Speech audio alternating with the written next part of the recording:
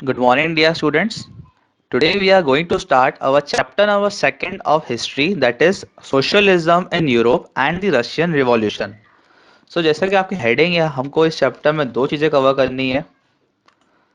First of all we will study what is socialism. Europe में socialism कैसे आया, socialism होता क्या है आपका. Next is the Russian revolution.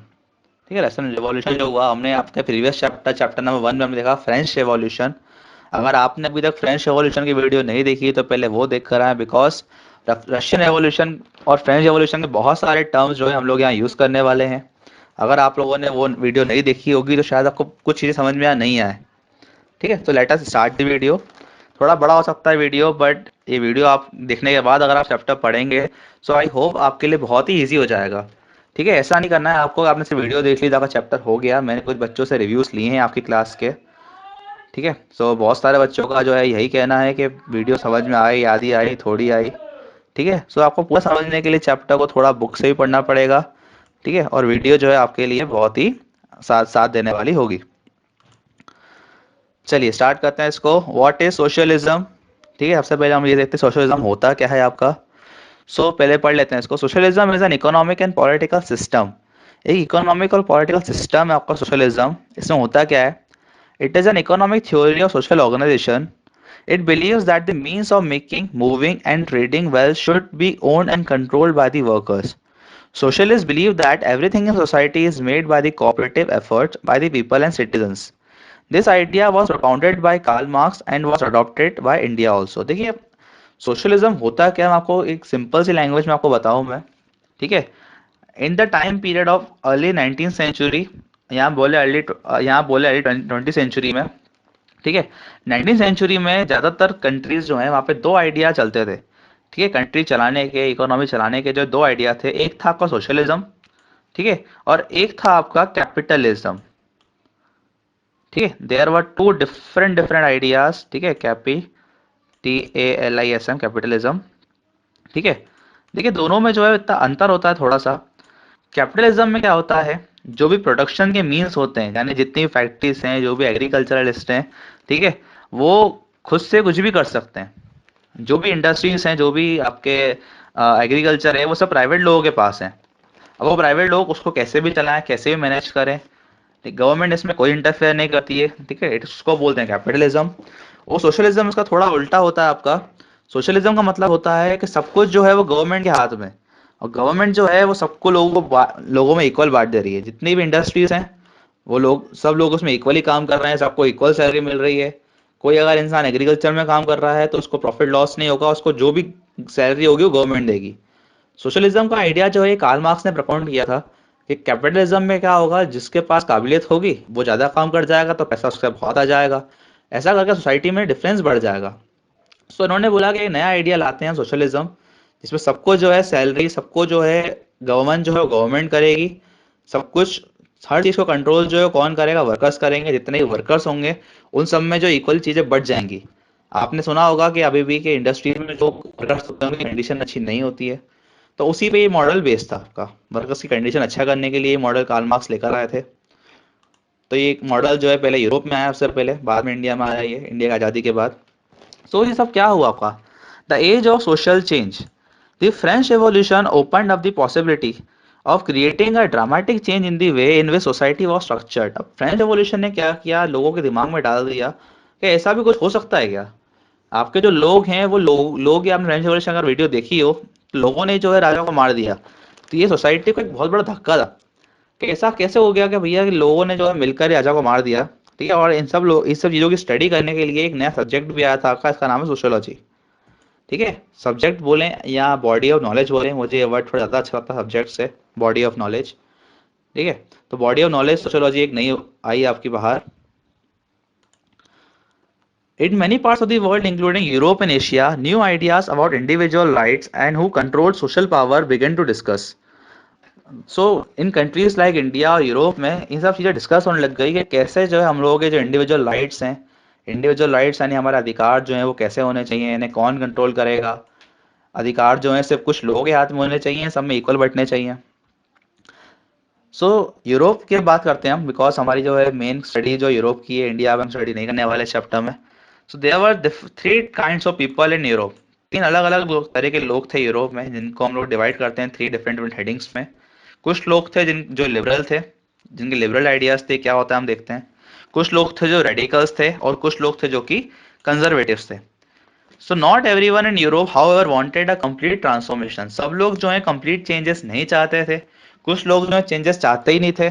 कुछ चाहते थे कि थोड़ा बहुत चेंज होता है, और कुछ चाहते थे बिल्कुल ही चेंज हो जाए सोसाइटी हमारी, राजा वाजा का सिस्टम ही ना हो, सब पावर्स जो है वो वर्कर्स के हाथ में आ जाए।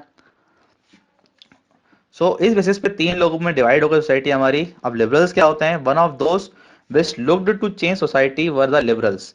Liberals wanted a nation which tolerated all religions. They argued for a representative elected parliamentary government subject to laws interpreted by a well-trained judiciary that was independent of rulers and officials. देखिए इन्होंने liberals ने क्या किया, ये pro changers हैं आपके। ठीक है, लिबरल्स वो लोग होते हैं जो हाँ भाई चाहते हैं कि थोड़ा सोसाइटी चेंज हो, सोसाइटी में थोड़े बहुत चेंजेस आए, पर ये लोग कंप्लीट ट्रांसफॉर्मेशन की बात नहीं करते। ठीक है, आपके जो लिबरल्स हैं they do not talk about complete transformation. ये कहते हैं हाँ भैया चेंजेस हमें चाहिए सोसाइटी में, but we did not want पूरी सोसाइटी चेंज हो जाए। उसी के उल्टे आते हैं रेडिकल्स। रेडिकल्स जैसे आपके ऐसे लोग हैं जो चाहते हैं फुल चेंज। ये चाहते हैं कि सोसाइटी जो पहले चलती है बिल्कुल वैसी ना चले, सोसाइटी में बिल्कुल चेंज आ जाए, सबको इक्वल राइट्स मिल जाए, मेन को, वुमेन को, फैक्ट्री वर्कर को, एक कोई बहुत बड़ा अगर लैंड ओनर है, सबको इक्वल राइट हो। जैसे आज हम इंडिया में हम देखते हैं सबको इक्वल राइट है वोट का, चाहे वो बहुत बड़ा लैंड ओनर क्यों ना हो, चाहे वो एक वर्कर ही क्यों ना हो छोटी मोटी फैक्ट्री का। ऐसे तरीके के लोगों को हम बोलते हैं रेडिकल्स। थर्ड आपके आते हैं कंजर्वेटिव्स। कंजर्वेटिव वो लोग हैं जो बिल्कुल चेंज चाहते ही नहीं है। ये चाहते हैं कि जो चल रहा है वो चलता रहे, थोड़ा बहुत जो चेंज हाँ आ रहा है सोसाइटी में, थोड़ा थोड़ा स्लो स्लो चलता रहे। डिफरेंट आइडियाज के बेसिस पे थ्री डिफरेंट टाइप्स ऑफ लोग हैं। लिबरल्स जो थोड़ा बहुत चेंज चाहते हैं, रेडिकल जो बिल्कुल ही चेंज चाहते हैं कि ऐसी सोसाइटी चलनी नहीं चाहिए, बिल्कुल ही चेंज हो जाए, और कंजर्वेटिव जो कंजर्व है कि जो चल रहा है वही चलता रहे। Industrialisation in Europe. अब जो ये चीज़ हुई यूरोप में, इसी के कारण जो है यूरोप में इतने चेंजेस आए। यूरोप जो है बाकी पूरी दुनिया से काफ़ी आगे निकल गया, चाहे वो थिंकिंग की बात की जाए, चाहे वो पैसे की बात की जाए। ठीक है, पहले सोसाइटी में क्या था आपका, सब एग्रीकल्चर करते थे, सब एग्रीकल्चरिस्ट थे। ठीक है, और ये नया नया आइडिया आया इंडस्ट्रीज का यूरोप में, और इसके बाद ये इंडस्ट्रियलिज्म जो पूरे वर्ल्ड में फैला यूरोप के बाद ही। Industrialisation brought man women and children to factories. अब जो लोग खेतों में काम करते थे अब वो फैक्ट्री में आ गए। वर्किंग आवर्स और often long and wages were poor. Unemployment was common particularly during times of low demand of और इंडस्ट्रियल गुड्स। देखिए जो लोग लोअर कास्ट में आते थे, या हम बोलें लोअर स्ट्रेटा में आते हैं, जिनको पास पैसे नहीं है, चाहे वो एग्रीकल्चर करें चाहे वो इंडस्ट्रीज में आए, उनकी हालत हमेशा ही बुरी रही। ठीक है, और सोशलिज्म का आइडिया था कि उनकी हालत अच्छी करना। आप फ्रेंच रेवोल्यूशन देखें, जो भी लोअर लोग थे जिनका पैसा नहीं थे उन्होंने रिवोल्यूशन किया, वही अभी हम सेम देखने वाले हैं रशिया में भी होगा। सो उनके वर्किंग आवर्स काफ़ी लॉन्ग थे, जो लोग फैक्ट्री में काम करते थे उनको रहने खाने की कंडीशन बहुत ही बुरी थी। Housing and sanitation were problem since towns were growing rapidly. Liberals and radicals search for solution to this issues. जो लोग चेंज चाहते थे लिबरल्स और रेडिकल्स, उन्होंने सोचा कि हम कुछ सॉल्यूशन निकालें, इसका कुछ चेंजेस लेकर आए। Having made their wealth through trade or industrial ventures, they felt that such effort should be encouraged, that is, benefit will be achieved, its workforce in the economy was healthy and citizens. Liberals और radicals ने idea निकाला कि अगर healthy रहेंगे citizens आपके और पढ़े लिखे लोग होंगे हमारी सोसाइटी में, मतलब अगर जो लोग फैक्ट्री में काम भी कर रहे हैं थोड़ा पढ़े लिखे होंगे, उनकी हेल्थ अच्छी होगी कि वो 12-12 15-15 घंटे काम करें, सो इससे क्या होगा, इंडस्ट्रीज को ही फायदा होगा। उन्होंने लोगों के मन में ये बात डाली कि आप लोगों के हेल्थ और एजुकेशन में काम करो, फायदा इससे आपको ही होगा। तो फिर जो इंडस्ट्रीज के मालिक थे उन्होंने थोड़ा काम किया इस चीज़ पे। The coming of socialism to Europe. फिर सोशलिज्म का आइडिया आया यूरोप में। ठीक है, कितना भी मालिक जो है वो हेल्थ पे काम कर लें, कितना भी एजुकेशन में काम कर लें, पर इतना अच्छा उन पे काम नहीं कर पाते, क्योंकि उनको सिर्फ प्रॉफिट कमाने से मतलब था अपना। सोशलिज्म में क्या होता है आपका, जितनी फैक्ट्रीज हैं अब वो आ गई गवर्नमेंट के हाथ में। जो भी इंसान काम कर रहा है, चाहे वो मैनेजर हो चाहे वो वर्कर हो, अगर गवर्नमेंट डिसाइड करती है कि 10,000 रुपये देने, तो सबको 10,000 देगी। सोशलिज्म में कुछ ऐसा होता था आपका। Perhaps one of the most far-reaching vision of how society should be structured was socialism. By the mid-19th century in Europe, socialism was a well-known body of ideas that attracted widespread attention. तो ये idea बहुत ही attract किया लोगों को कि अच्छा ऐसा भी हो सकता है क्या, मैं वर्कर हूँ मुझे भी 10,000, वो मैनेजर है उसको भी 10,000, ऐसा होना पॉसिबल है क्या। A society was a whole rather than a single individual controlled property. Society को जो है पूरी कम्युनिटी चलाएगी, एक इंसान के हाथ में नहीं होगा कि उसकी फैक्ट्री है। फैक्ट्री जो है वो गवर्नमेंट चलाएगी, वहाँ के वर्कर्स चलाएंगे। How could a society without property operate? ठीक है, सोशलिज्म में क्या होता है, प्राइवेट प्रॉपर्टी का आइडिया जो नहीं होता है। किसी भी इंसान के पास खुद की प्रॉपर्टी नहीं होगी, खुद की कोई फैक्ट्री नहीं होगी। सारी फैक्ट्री, सारी जमीन जो गवर्नमेंट के हाथ में होगी, वो वहाँ पे किसी को भी लगा एग्रीकल्चर करने के लिए। सो ऐसा आइडिया को जो लोग सोचते थे कि यार ऐसा हो सकता है कभी क्या, पर ये आइडिया आया था कार्ल मार्क्स के द्वारा। Idea of cooperatives. Cooperatives were to be association of people who produce goods together and divided the profits according to the work done by the members. तो एक आइडिया आया था आपको कोऑपरेटिव्स का। कोऑपरेटिव्स मतलब अब सब लोगों को आप क्या करो, कुछ कुछ एसोसिएशन में डिवाइड कर दो, वो सब लोग मिलकर जो है गुड्स बनाएंगे और प्रॉफिट कमाएंगे। Karl Marx and the idea of communism. अब ये देखिए, यही है वो कार्ल मार्क्स का आइडिया। ठीक है, अब देखिए आप चाहे तो पढ़ सकते हैं, मैं आपको सिंपल सिंपल समझाता हूँ कार्ल मार्क्स की थ्योरी बोलती क्या है, क्योंकि मैंने तो कार्ल मार्क्स काफी अच्छे से पढ़ी हुई है। इनकी एक बुक है दास कैपिटल। ठीक है, जर्मन के रहने वाले हैं कार्ल मार्क्स, उनकी सब जर्मनी में लिखी हुई है बुक्स। सो ये बोलते हैं कि हमारा जो है कैपिटलिज्म, कैपिटलिज्म में क्या होता है, सबकी अपनी फैक्ट्री होती है, हर इंसान के पास अपने अपने वर्कर्स होते हैं और वर्कर्स को लोग खूब एक्सप्लॉइट करते हैं। तो एक समय ऐसा आएगा कि सारे वर्कर्स जो हैं वो रिबेल कर देंगे, रेवोल्यूशन कर देंगे, इन सबको हटा देंगे या मार देंगे, और सारे वर्कर्स ले आएंगे सोशलिज्म। सारी जो पावर है, सारे जो पैसा है, वो सोशलिज्म में जो है वर्कर्स के एंड में आ जाएगा। ठीक है, और सारे वर्कर्स मिलके लेके आएंगे कम्युनिज्म। कम्युनिज्म में क्या होता है, आपका पूरी की पूरी कम्युनिटी, पूरी सोसाइटी जो है आपकी, वो साथ मिलके काम करती है। हर इंसान जो भी सोसाइटी में रह रहा है, सबको इक्वल सैलरी मिलती है। ठीक है, इक्वल सैलरी, जिसको जिसको जितना जरूरत का काम है उतना ही मिलता है। ठीक है, ये पूरा नीड पे काम करता है कम्युनिज्म। इंसान को जो जो जरूरत है वो मिलेगा, जो लालची लोग हैं उनको कुछ नहीं मिलेगा। कम्युनिज्म के बाद क्या होगा, आपका सोसाइटी जो है इसमें इक्वालिटी आ जाएगी, काफी सब लोग जो है खुश हो जाएंगे। और ठीक है, और जो मेन कमांड होगी सोसाइटी के, वो किसके हाथ में होगी, वर्कर्स के हाथ में होगी। तो ये आपके कहते हैं कार्ल मार्क्स। आगे देखते हैं, आप चाहते हैं उसको पढ़ सकते हैं, तो वही चीजें लिखी होंगी यहाँ पर। Next is the Russian revolution. अभी फ्रेंच रेवोल्यूशन हुआ ही था, धक्का लगा ही था यूरोप को इतना बड़ा, तो अब आपका आ गया Russian revolution. In one of the least industrialised of European states the situation was reversed. Socialists took over the government in Russia throughout the October Revolution of 1917. The fall of monarchy in February 1917 and the events of October are normally called the Russian Revolution. So February 1917 और अक्टूबर 1917 में कुछ ऐसा revolution हुआ आपके Russia में। ठीक है, और इसी को हम बोलते हैं रशियन रेवोल्यूशन। तो पहले क्या था, आपको एक फोटो मैंने यहाँ डाली है। इनका नाम है सार निकोलस टू, जो कि मोनार्क थे उस समय। मोनार्क मतलब किंग थे रशिया के, और 1914 के अराउंड ये किंग थे रशिया के। सो ऐसा क्या हुआ इनके साथ कि इनके ऊपर लोगों ने जो है धावा बोल दिया, इनको लोगों ने हटा दिया पद वद से। फ्रेंच रेवोल्यूशन में आपने देखा कि लोगों ने जो है राजा को हटा दिया था। वहाँ पे राजा कौन थे आपके, लुइस 16 थे, यहाँ सार निकोलस टू हैं। Besides the territory around Moscow, the Russian Empire included current-day Finland, Latvia, Lithuania, Estonia, parts of Poland, Ukraine and Belarus। तो काफी एक बड़ी कंट्री है। इन सब कंट्रीज जो है आपको नाम लिखे हैं यहाँ पर, ये सब बाद में जो अलग हो गई रशिया से आज के मैप में। उस समय सभी रशिया में अंदर आती थी। It stretches to the Pacific and comprises today's central Asian states as well as Georgia, Armenia, Azerbaijan. से काफी बड़ी टेरिटरी रशिया की। Russian empire was a big empire. Economy and society of Russia. अब society और economy कैसी थी वहाँ की, at the beginning of 20th century यानी 1900 के आसपास, the vast majority of Russia people were agriculturalist. अब देखिए, यूरोप में चल रहा है इंडस्ट्रियलिज्म, यूरोप में बन रही है इंडस्ट्रीज, वर्कर्स वर्कर्स उन सब पे बात चल रही है, सोशलिज्म में बात चल रही है। पर अभी जो है स्टार्टिंग स्टार्टिंग में रशिया जो है आपका एग्रीकल्चर पे ही फोकस्ड है। About 85% of the people are living from agriculture. ठीक है, अब यूरोप में चेंजेस आए हैं आपके, तो रशिया में भी आएंगे चेंजेस। तो रशियन सोसाइटी धीरे धीरे वो भी क्या हो गई आपकी, इंडस्ट्रीज की तरफ मूव करी। Government supervisors large factories to ensure minimum wages and limited hours of work. और जो थोड़ी बहुत फैक्ट्रीज थी स्टार्टिंग में, बड़ी बड़ी फैक्ट्रीज, उस पर गवर्नमेंट कंट्रोल रखती थी कि बहुत ज्यादा जो है लोगों से काम ना करवाएं। गवर्नमेंट बोलती है 10 से 12 घंटे काम करवाओ, अब लोग 15 घंटे काम करवाते थे। उन्हें बहुत ही गलत, गंदी गंदी जगहों पे रहना पड़ता था काम करने के लिए। सो उस समय इंडस्ट्रीज कम थी तो कोई लॉ नहीं था। बट क्योंकि यूरोप में आया इंडस्ट्रियलिज्म, तो रशिया में भी आने ही वाला था वो। Socialism in Russia. रशिया में सोशलिज्म आएगा तब इंडस्ट्रियलिज्म आएगा, तो पहले आया आपके रशिया में इंडस्ट्रीज आई बहुत सारी, और फिर आया आपका socialism. So all political parties were illegal in Russia before 1914। The Russian social democratic workers party, देखिए भैया यहाँ सोशलिज्म में मेन जो पावर होती है वो किसके हाथ में होती है? वर्कर्स के हाथों में होती है। सो एक पॉलिटिकल पार्टी जो है मिलके बनाई वर्कर्स ने आपकी, जिसका नाम था सोशल डेमोक्रेटिक वर्कर्स पार्टी, जो कि बनी आपकी 1898 में। ये भी वही कार्ल मार्क्स के आइडिया पे ही है पूरा। However, because of government policing, it had to operate as an illegal organization. Some Russian socialists felt that the Russian peasants' custom of dividing land periodically made them naturally socialist.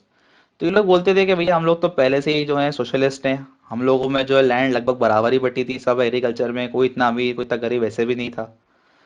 So peasants not workers would be the main force of revolution and Russia could become socialist more quickly than other countries in this century. They form the socialist revolution party इन 1900। तो ये बोलते थे कि Russia वैसे socialist है, वैसे ही agriculture जब हम लोग करते थे तब उनमें लोग डिवाइडेड थी, सब में जमीन इक्वली। अब इंडस्ट्रीज में भी जो है वर्कर्स जो काम करेंगे वो सोशली ही काम करेंगे, उनमें भी जो सब कुछ equally बटेगा profit ऑफिट।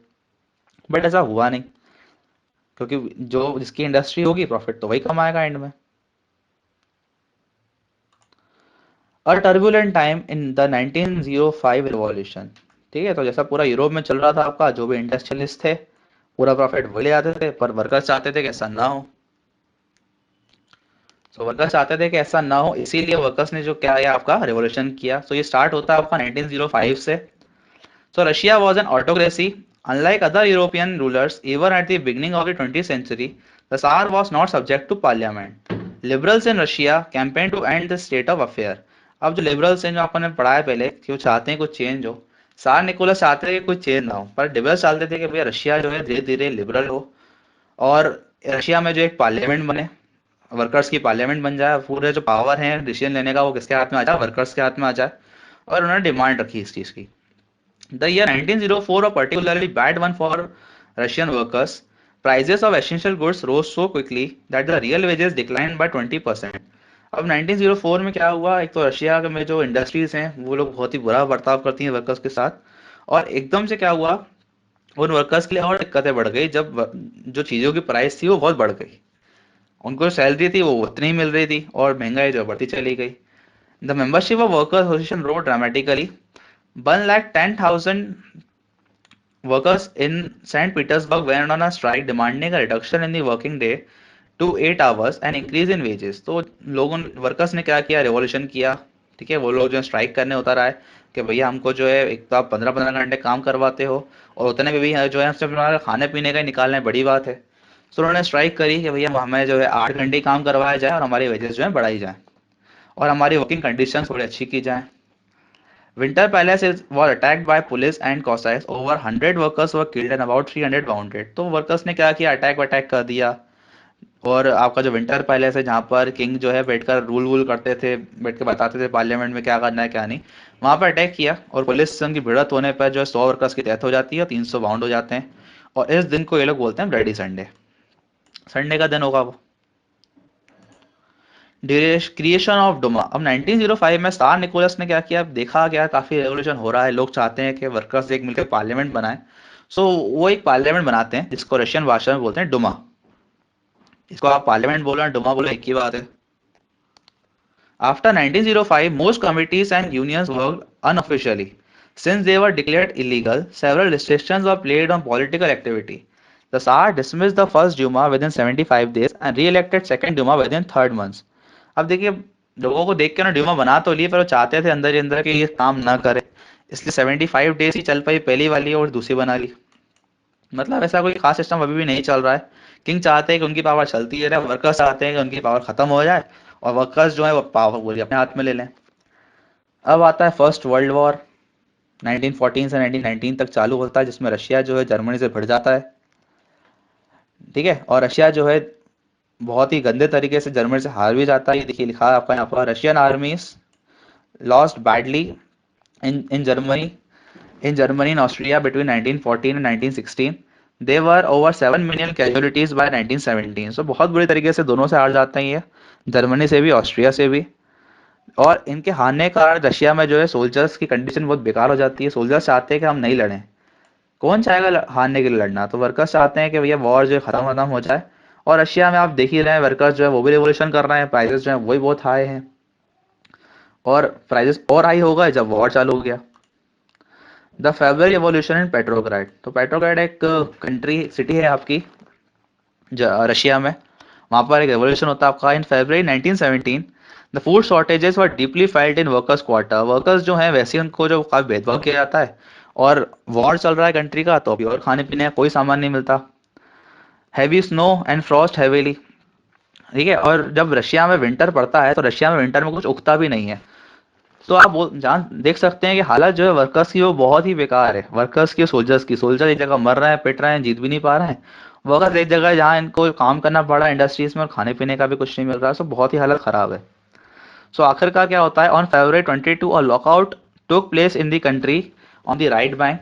The next day works in fact 50 workers called a strike in sympathy. So पूरा लॉकडाउन लगा देते हैं, लॉकआउट कर देते हैं हर जगह को, क्योंकि लूटपाट काफी मच रही थी उस समय पे कंट्री में। वर्कर्स जो है वो लूट लूट के खाना ले जा रहे थे। सो किंग ने क्या किया, सार निकोलस ने पूरे कंट्री में लॉकडाउन लगा दिया, जिसके विरोध में लोगों ने स्ट्राइक किए। This came to be called the international women's day. और उस स्ट्राइक में जो है बहुत सारी वुमेन्स भी थी। ठीक है, इसलिए उसे इंटरनेशनल वुमेन्स डे भी बोलते हैं, जिस दिन वो स्ट्राइक की गई 22 फरवरी को। At this stage no political party was actively organising the movement. Demonstrator disperse by the evening but they came back on 24 and 25। So काफी एक स्ट्राइक स्ट्राइक चल रही हैं, प्राइस कम करे जाए हर चीज की, और सब चल रहा है अभी रशिया में। Soldiers joined the workers to form a soviet. अब देखिए, मैंने आपको बोला कि सोल्जर्स की भी हालत काफी खराब है। लड़ रहे हैं, जीत नहीं पा रहे हैं, किंग के पास कोई सपोर्ट नहीं है किंग का उनको। और वर्कर्स भी जो है वो भी रिवॉल्यूशन कर रहे हैं। तो सोल्जर्स और वर्कर्स दोनों मिलके एक पार्टी बनाते हैं। वो कहते हैं कि किंग को अगर हमें हटाना है तो हमें एक बड़ी पार्टी चाहिए, एक बड़ी पार्टी ऐसी चाहिए जो किंग के सामने खड़ी हो पाए, और किंग को ये बता पाए कि भैया अब जो पावर है वो हम चलाएंगे।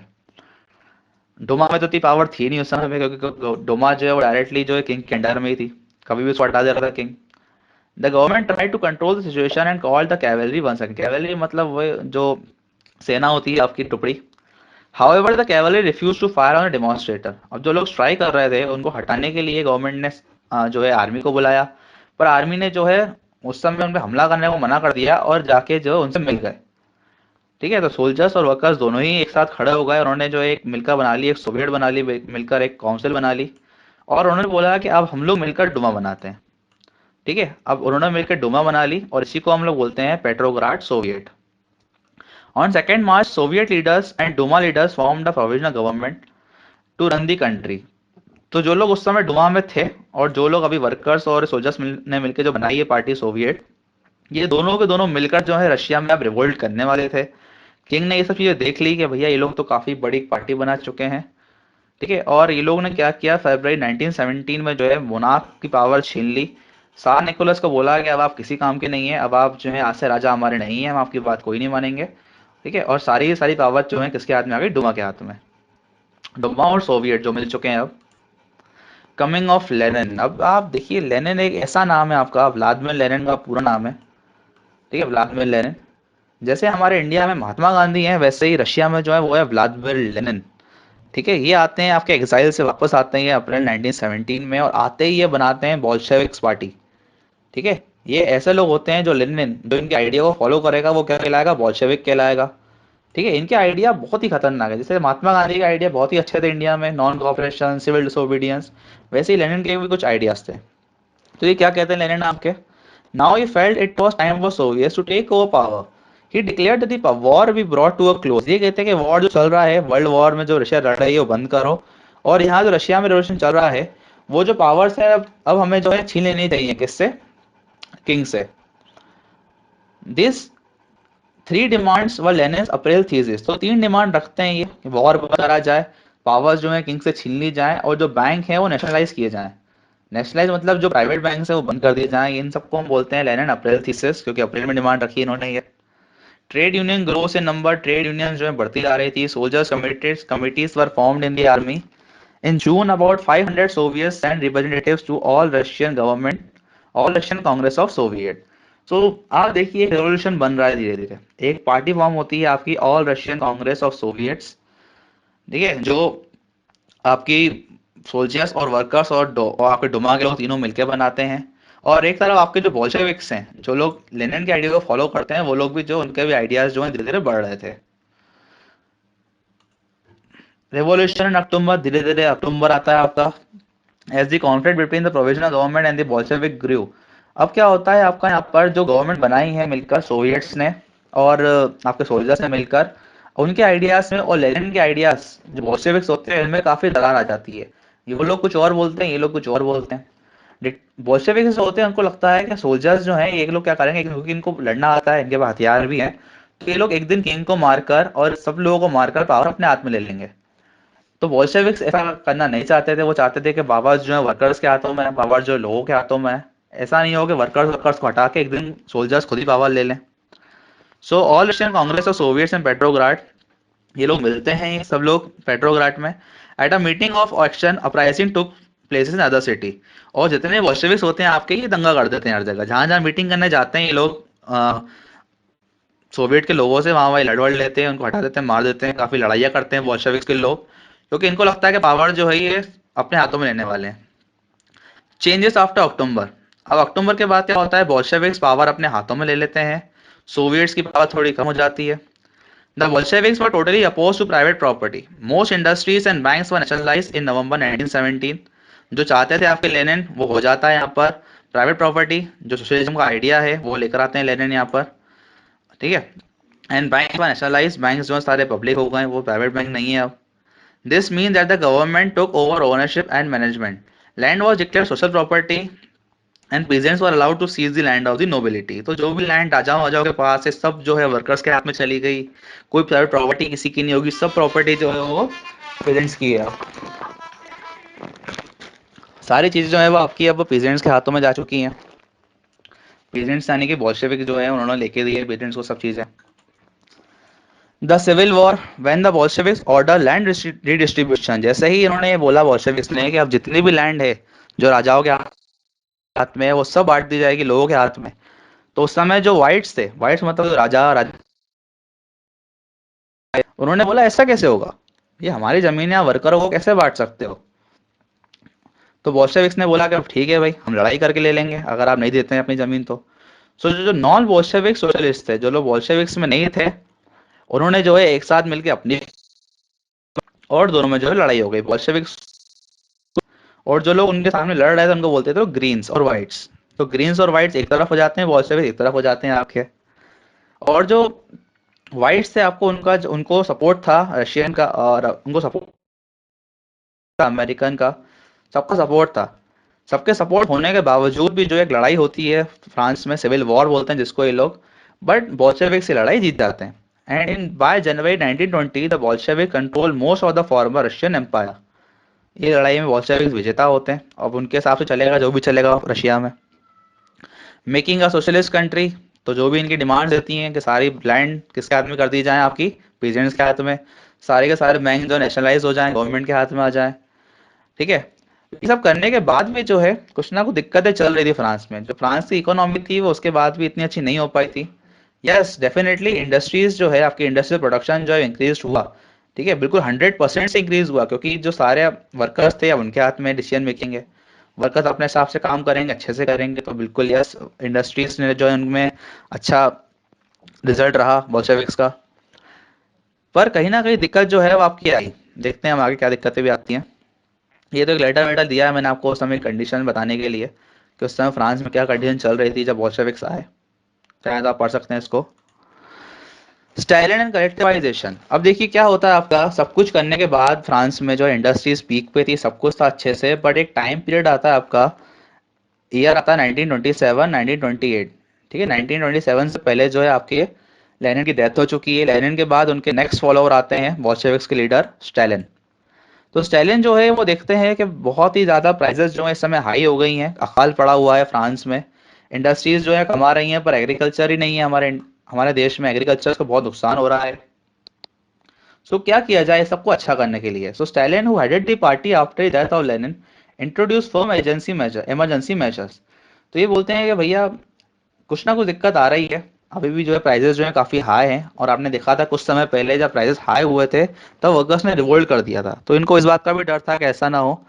सो ये देखते हैं कि शायद जो बहुत सारे बड़े बड़े स्टॉक होल्डर्स हैं, उन्होंने शायद जो है सामान होल्ड कर रखा है। ठीक है, सामान जो है मार्केट में निकाल ले रहे हैं ये लोग। तो ये जो है लोग ये घर घर जाके चेक करते हैं किसने सामान जो है पकड़ के तो नहीं रखा। बट आफ्टर दैट ये देखते हैं कि यार ये कोई दिक्कत नहीं है। इनको ये जो मेन दिक्कत बाहर निकल के आती है साइरन के अनुसार, वो ये रहती है कि जितने भी एग्रीकल्चर है उनके पास बहुत जमीन जो है बहुत छोटी छोटी है। क्योंकि इन्होंने क्या किया, बड़ी बड़ी जो जमीन थी नोबल्स की वो उन्होंने बहुत सारे पेजेंट्स में बांट दी। पेजेंट्स तो बहुत सारे थे इनके, तो हर सबके पेजेंट्स के अपनी अपनी जमीन आ गई। So Stalin brought a new idea which is called as collectivisation. Stalin ने बोला कि बिल्कुल सारे के सारे पेजेंट्स के अपनी अपनी जमीन रहे, पर सारे पेजेंट्स कम से कम 30-40 पेजेंट्स एक साथ अपनी जमीन को मिलाकर एक साथ खेती करें। ठीक है, क्योंकि कभी क्या होता है जब आप किसी बड़ी खेती पर, बड़े जमीन पर एक साथ आप कुछ उगाते हैं तो वो ज्यादा उगता है नंबर में। ठीक है, अगर आप छोटे छोटे उगाएंगे तो कम उगेगा, क्योंकि जो बीच में गैप होता है दो खेतों के, दो फार्म्स के, वो भी जो है लॉस होता है एक तरीके का। तो इस पॉलिसी को बोलते हैं कलेक्टिवाइजेशन। पर दिक्कत क्या आती है इस पॉलिसी की, कि स्टाइलेंट ने सबको जो है ये सबको ये पॉलिसी मानने पर तो बिल्कुल मजबूर कर दिया। जो पॉलिसी नहीं मान रहा था उसको उठा के जेल में डाल दिया, जो पॉलिसी नहीं मान रहा था उसको एक्साइल कर दिया, किसी को मार भी दिया, काट दिया। 20 लाख से आसपास लोगों को जो है इन्होंने जेल में डाल दिया, क्योंकि बहुत सारे लोग चाहते नहीं थे कि हमारी जो जमीन जो हमें अभी अभी मिली है, अभी अभी तो आपने बोला कि भैया जो जमीन है भले छोटी है हमारी है, अब आप कह रहे हो सब साथ में मिलकर काम करो। कल को कोई ज्यादा अक्लमंद होगा तो हमसे शेयर छीन लेगा हमारा, कल को हमारी जमीन छीन ले। तो ये काफी दिक्कत चल रही थी फ्रांस में उस समय पे भी। The global influence of the Russia revolution and the USSR. अब जो ग्लोबल लेवल पे जो फाइट चल रही थी, जो आपका वर्ल्ड वॉर चल रहा था, वहां पर तो जो बोल्शेविक्स की पार्टी थी, जब शैलेन चला रहे हैं, उसको अप्रूवल दे दिया पूरे वर्ल्ड ने कि हाँ भाई, पूरा जो फ्रांस है, पूरा जो रशिया है आपका, वो बोल्शेविक्स के हाथ में है। अब जो जो भी चाहे वो कर सकते हैं बोल्शेविक्स। और इन्होंने ये भी माना कि हाँ, एक बैकवर्ड कंट्री जो एक समय से एग्रीकल्चर करती थी, अब वहाँ पे इंडस्ट्रीज भी ग्रो कर गई, सब कुछ अच्छा ही चल रहा है वहाँ पर। But by the end of 20th century, the international reputation of USSR as a socialist country had declined. Through it was recognized that socialist ideals still enjoy respect among its people. But in each country, the ideas of socialism were rethought in a different ways. So यहाँ पे क्या चल रहा है, हाँ भाई सब कुछ अच्छा हुआ रशिया में, आपने सब कुछ किया, आपने सोशलिज्म लेकर आए। ठीक है, बट जो आइडिया सोशलिज्म का था रशिया का, वो काफी अलग था दूसरी कंट्रीज के आइडियाज से। क्योंकि सोशलिज्म यहाँ पे लाया गया by the use of hard power. Stalin ने जो भी चाहा करना, उन्होंने जो है लोगों को पावर से किया। उन्होंने कहा कि कलेक्टिवाइजेशन लाना है तो लाना है। तो एक तरीके का ये अभी भी मोनार्क सिस्टम ही चल रहा था रशिया में, अभी इतना कुछ रेवोल्यूशन होने के बाद भी लोगों को सुकून नहीं मिला। पर लोगों को जो है अब बात माननी ही पड़ गई बोल्शेविक्स की, क्योंकि बोल्शेविक्स ने जो है सबको हरा दिया था। हमने देखा पहले व्हाइट्स को हरा दिया, ग्रीन्स को हरा दिया उन्होंने। और अब जो पावर है सोल्जर्स सोल्जर्स की, सब बोल्शेविक्स के अंडर में थी। So Indian government was also impressed by the Russian Revolution and the idea of socialism. So they adopted socialism with a democratic touch. अब देखिए इंडिया को भी ये अच्छा लगा आइडिया कि रशिया ने कैसे डेवलपमेंट किया, कैसे वहाँ के वर्कर्स ने मिलकर इंडस्ट्रीज को वहाँ की ग्रोथ करवाया, सब कुछ अच्छे से करवाया। बट अभी भी जो है इंडिया ने ये देखा कि वहाँ पर अभी भी एक तरीके से मोनार्क सिस्टम चल रहा है। जो स्टालिन और उनकी गवर्नमेंट है वो जो भी चाहती है लोगों से करवा देती है, और कोई पार्टी वहाँ पे है भी नहीं उनके अलावा। बट इंडिया में ऐसा सिस्टम लाना जो है पॉसिबल नहीं था। सो इंडिया ने जो है सोशलिज्म तो लेकर आया इंडिया, बट जो सोशलिज्म इंडिया में अपनाया गया वो था आपका डेमोक्रेटिक सोशलिज्म। ठीक है, तो मतलब लोगों को सोशलिज्म करना है, लोगों को जो है अपनी जमीन तो मिलेंगी सबको अपनी अपनी, पर उनको कैसे चलाना है, कैसे यूज करना है, वो लोगों के ऊपर था। गवर्नमेंट किसी को फोर्स नहीं करती इंडिया में, जैसा रशिया में कर रही थी Russian government. So in the last, thank you. Russian revolution में कोई इतना खास आपका नहीं था कि आपको समझ में ना आए। ठीक है, हमने इसको अगर आपको रिवाइज में आपको करवाऊँ तो एक रिवॉल्यूशन आपका रशिया में हुआ, स्टार्टिंग इसकी जो वर्कर्स ने करी। ठीक है, वर्कर्स ने जो है फरवरी में, वर्कर्स जो है वो मिल गए किससे, आपके सोल्जर्स से मिल गए। सोल्जर्स से मिलने के बाद उन्होंने एक सोवियत बनाई, और सोवियत ने पहले क्या है, सार निकोलस को अपने पावर से हटाया। बाद में आप देखते हैं कि पावर में जो है वो कौन आया था, लेनिन आ जाते हैं। ठीक है, और लेनिन जो है बाद में लड़ाई वड़ाई करके सोल्जर्स और सोवियत से पावर ले लेते हैं। ठीक है, और मिलके बनाते हैं एक पार्टी, इसको बोलते हैं बॉल्शेविक्स। ठीक है, बॉल्शेविक्स वो पार्टी होती है जो लेनिन के आइडियाज को फॉलो करती है। बाद में बोल्शेविक्स जो है वो व्हाइट्स और ग्रीन्स को हरा देते हैं। ठीक है, और जितनी प्रॉपर्टी होती है रशिया की वो वर्कर्स में डिवाइड कर देते हैं। बाद में जो है स्टालिन आते हैं। स्टालिन जो है अपनी अपने आइडियाज को जो लोगों पे थोप देते हैं by the use of power, लोगों को जो बोलते हैं कि भैया यही करना है आपको। और स्टालिन जो है रशिया का रेवोल्यूशन जो है वो आगे बढ़वाते हैं। ठीक है, एंड इन द एंड हमने देखा यूएसएसआर और बोल्शेविक्स जो है एक पार्टी बना लेते हैं इंडिया रशिया में। और आपका रशिया जो है वो साइलेंट की गवर्नमेंट के अंदर जो है वो आगे बढ़ता है। ठीक है।